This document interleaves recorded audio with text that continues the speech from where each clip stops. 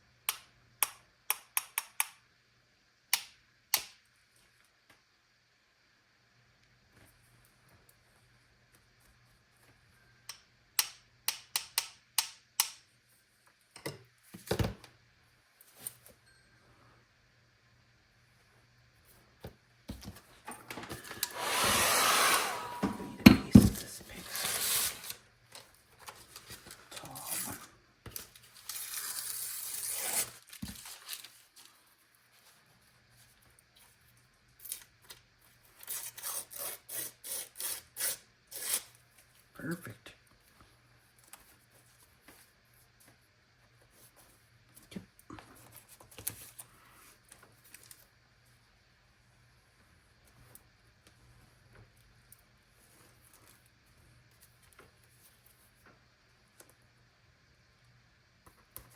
Perfect.